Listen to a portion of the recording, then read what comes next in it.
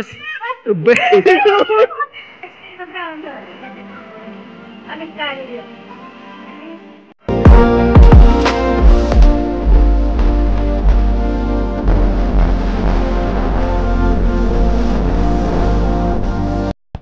उहाँ चाहिँ मेरो ठुलो दिदी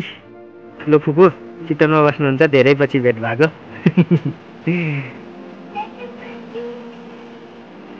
यसलाई हेर्न यसलाई यहाँ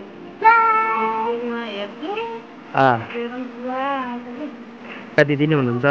त्यही गङ्गा दिदी भएर त अनि मैले हेरेको त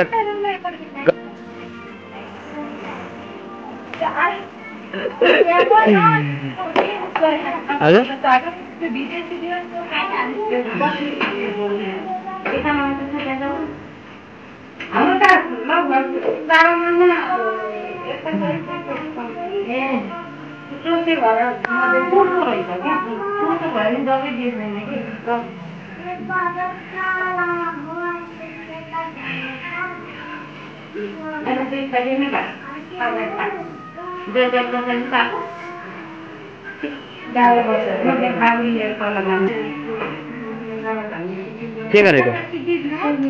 के गरेको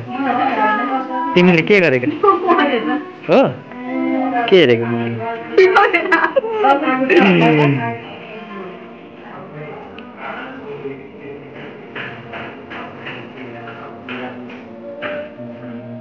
जुन ठाउँमा जानु पैसा आफै तोकेर आउँछ त्यसले टिउटी भन्न पाउँदैन त्यो कम्पनी अफिसबाटै तोकेर आउँछ मेरो भान्जीले के खाएको भन्नुहोस् त के खाएको सानो